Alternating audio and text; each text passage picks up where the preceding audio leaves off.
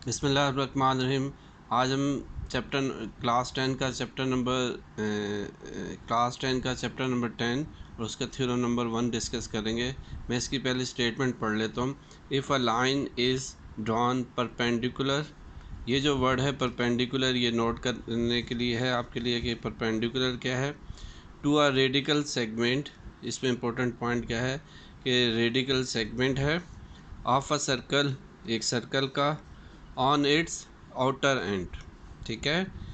Outer end point, it is a tangent to a circle at that point. तो सबसे important point जो है वो इसमें टेंजेंट का वर्ड है।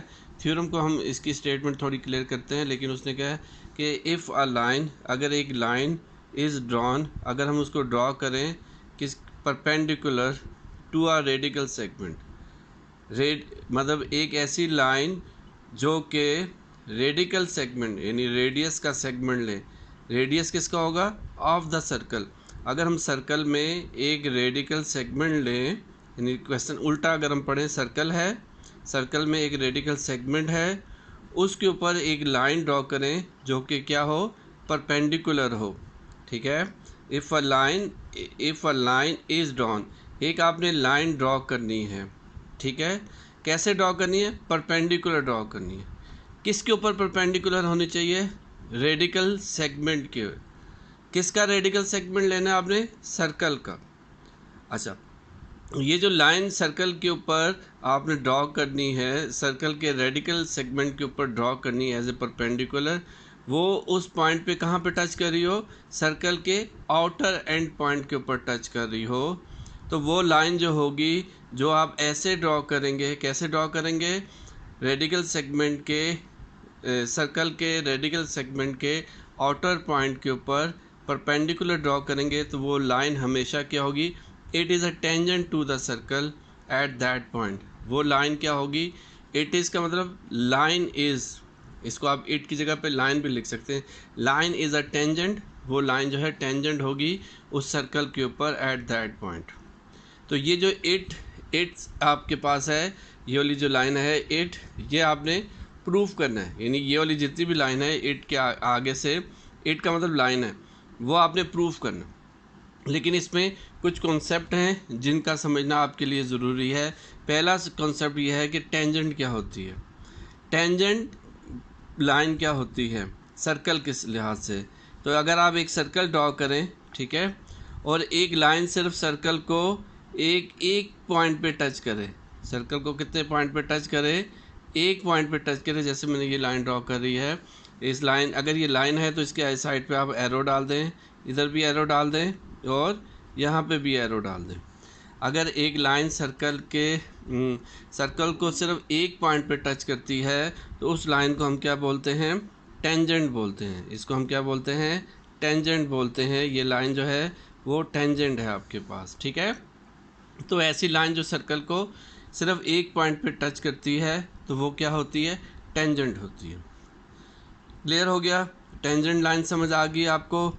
दूसरा इसमें कौन सा पॉइंट था? लाइन भी आपको, लाइन जब ड्रॉ करेंगे तो दोनों साइड पे आपके पास एरो होने चाहिए, क्योंकि लाइन के हमेशा दोनों साइड पे एरो होते हैं, ठीक है।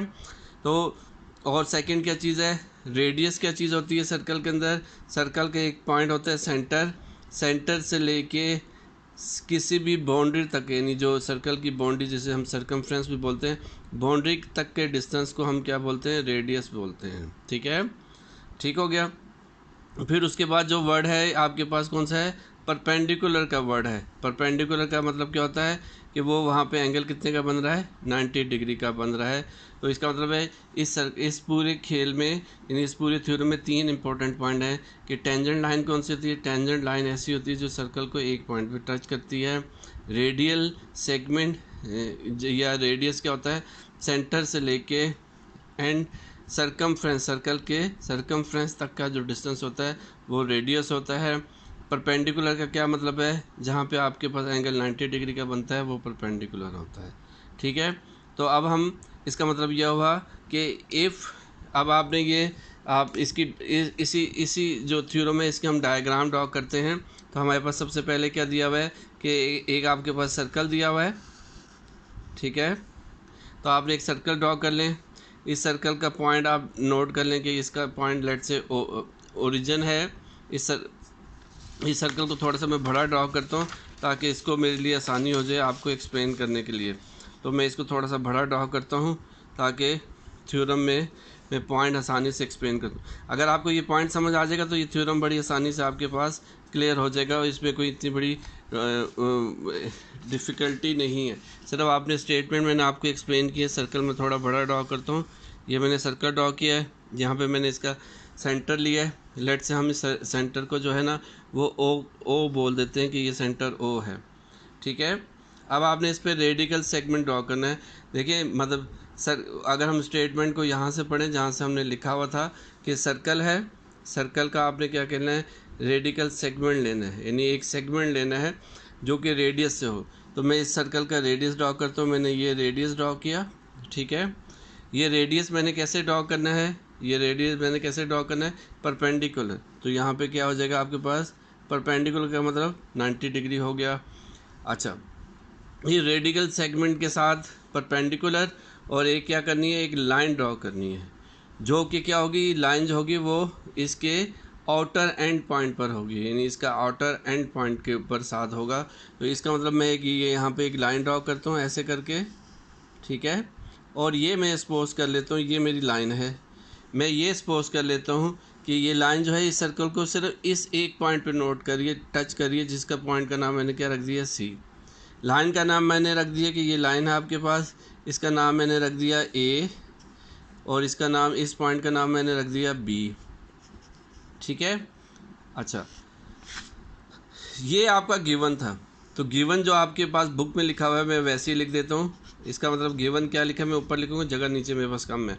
मैंने गिवन लिखा कि मेरे पास एक सर्कल है, या सर्कल है, ठीक है। जब भी सर्कल होगा तो उसका सेंटर होगा विद, ठीक है, विद सेंटर, आपने लिखना है विद सेंटर ओ, उसका सेंटर ओ है। एंड आपके पास क्या है, एक रेडिकल सेगमेंट है, एंड आ रेडिकल सेगमेंट, ठीक है। उसका क्या है आपके पास, रेडिकल सेगमेंट। वो क्या सेगमेंट है आपके पास, वो कौन सा सेगमेंट है आपके पास, ये आपके पास रेडिकल सेगमेंट है ओ सी। तो इसका रेडिकल सेगमेंट आपके पास क्या हो गया, ओ सी। इसके ऊपर ये डैश डाल दें, ये रेडिकल सेगमेंट ओ सी है। अच्छा, अब आपने लाइन कौन सी ली है, लाइन आपने ली है ए बी, जो कि इस रेडिकल सेगमेंट को किस पॉइंट पे टच करी है, सी पे।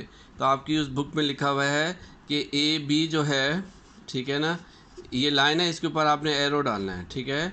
लाइन ए बी जो है, ठीक है, लाइन ए बी इज़, ठीक है, इज़ परपेंडिकुलर।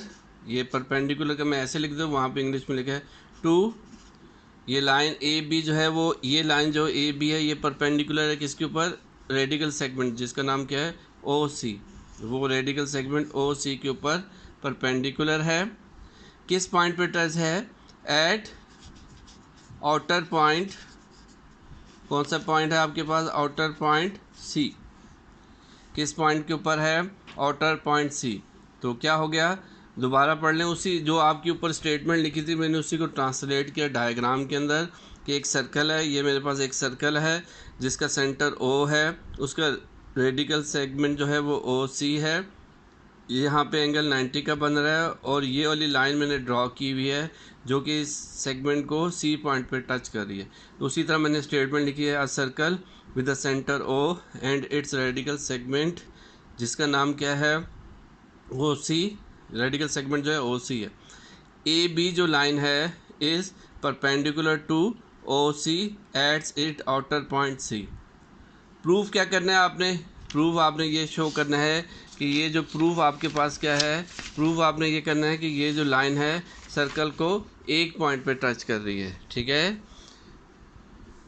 टू प्रूफ आपने क्या करना है कि लाइन जो है सर्कल को एक पॉइंट के ऊपर टच कर रही है। इसको मैं ऐसे रख लेता हूँ, लाइन जो है सर्कल को वन पॉइंट पर टच कर रही है। तो आप लिखेंगे टू प्रूफ में आपने क्या लिखना है,